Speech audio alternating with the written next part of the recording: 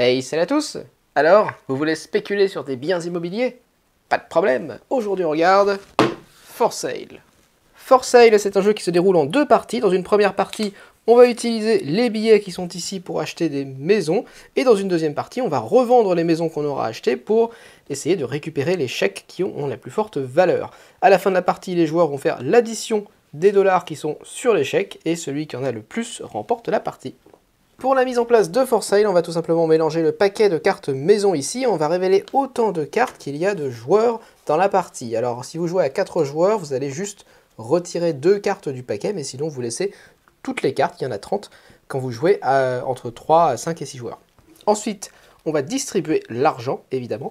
Et là, ça dépend du nombre de joueurs, je vous laisse regarder dans la règle, mais en gros, vous avez entre 14 et 28 000 dollars. Une fois qu'on a fait ça, on est prêt à commencer la partie. Alors comment se déroule le tour de jeu? Au début de la partie, on désigne un premier joueur, et à chaque tour de jeu, vous avez le choix entre deux options, soit vous enchérissez, soit vous passez. Donc là, c'est le premier joueur de la première manche de la partie qui va pouvoir commencer à enchérir. Donc là, il va dire par exemple 2000, hop, et il met 2 billets de 1000 devant lui. On imagine qu'on est dans une partie à 4 joueurs.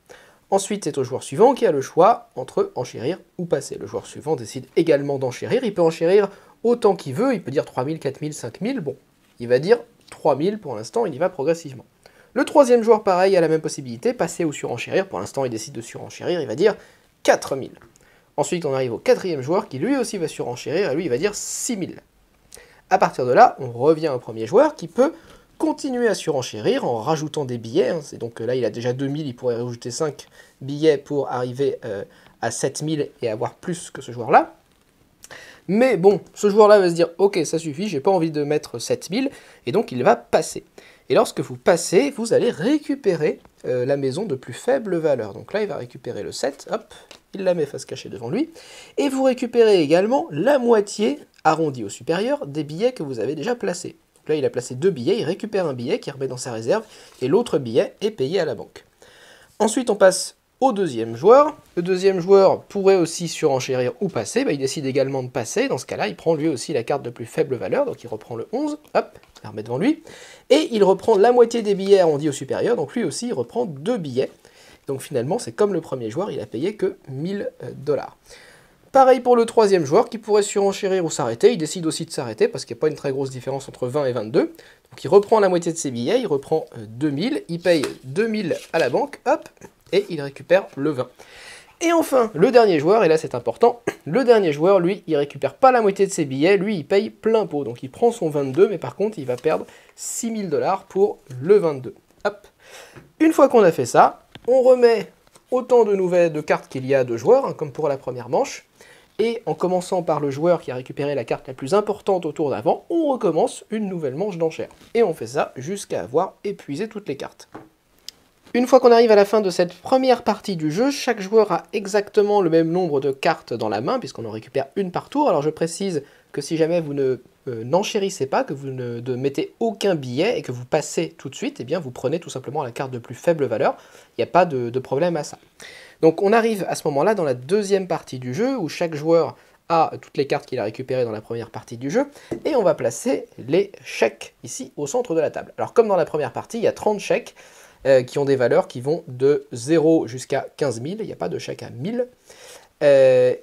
Si vous jouez à 4 joueurs, vous en retirez 2 au hasard, mais sinon vous jouez avec tous les chèques. Alors comment ça va se passer? Eh bien comme dans la première partie du jeu, on va retourner autant de chèques qu'il y a de joueurs. Donc là on a un chèque à 0, un chèque à 2000, à 15 000 et à 7000. Ensuite chaque joueur va prendre ses cartes et va choisir une carte qu'il va placer face cachée devant lui. Bon là je fais au hasard, hop, choc, choc. Mais normalement bien sûr vous la choisissez, et une fois que chaque joueur a choisi, on révèle simultanément les cartes choisies. À ce moment-là, le joueur qui a placé la carte de plus forte valeur prend le chèque de plus forte valeur, donc lui avec son 20, il prend le 15 000, ensuite lui avec son 16, il prend le 7000, avec le 11, il récupère le 2000, et avec le 0, celui-là, il récupère avec le 7, il récupère seulement le 0, donc ça lui fait aucun point. Une fois qu'on a fait ça, et bien tout simplement, hop, on replace 4 nouveaux chèques au centre de la table. Chaque joueur choisit de nouveau une carte dans sa main, etc. etc. et on fait ça jusqu'à ce qu'on ait joué toutes nos cartes et récupéré tous nos chèques. Et à la fin de la partie, les joueurs se retrouvent chacun avec une pile de chèques qu'ils ont récupérés, on fait l'addition des chèques qu'on a récupérés, et le joueur qui a le plus d'argent remporte la partie. Boum! Et c'est tout pour For Sale. Alors, que dire?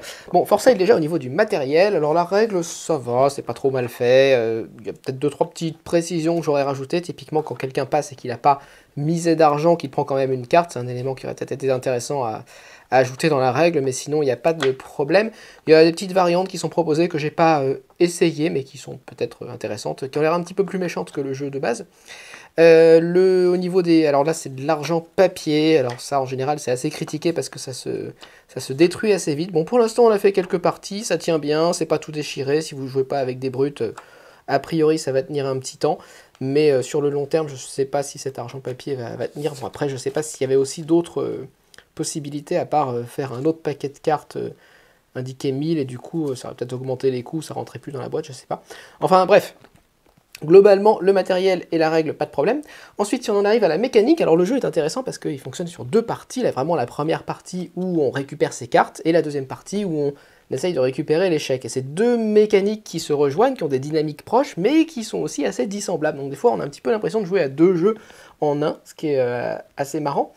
La première partie, on est vraiment... Alors, ce qui joint les 2 parties, c'est que la première et la deuxième partie du jeu, c'est vraiment l'idée qu'il faut être dans le bon prix, qu'il ne faut pas surpayer, qu'il faut réussir à deviner un petit peu ce que vont faire les autres pour bien se placer.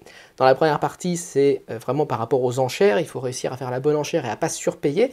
Il y a 2 éléments en fait dans cette première partie, c'est déjà de savoir, quand vous avez des cartes, là par exemple si j'ai ça, est-ce que finalement l'écart entre les 3 derniers, là 13, 20, 15 et 21, il est suffisamment énorme pour justifier que je surpaye à mort pour récupérer le 21 au lieu du 15, même si alors, là, le 26 par exemple c'est quand même très intéressant, mais par exemple je serais dans cette situation, j'ai 13, 15, 21, 14, est-ce que là j'ai vraiment envie d'aller payer beaucoup plus pour récupérer le 21?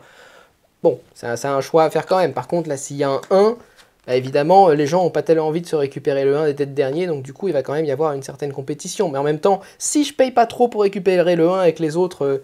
s'écharpent sur ces trois cartes-là, ça va être aussi, ils vont aussi payer pas mal d'argent.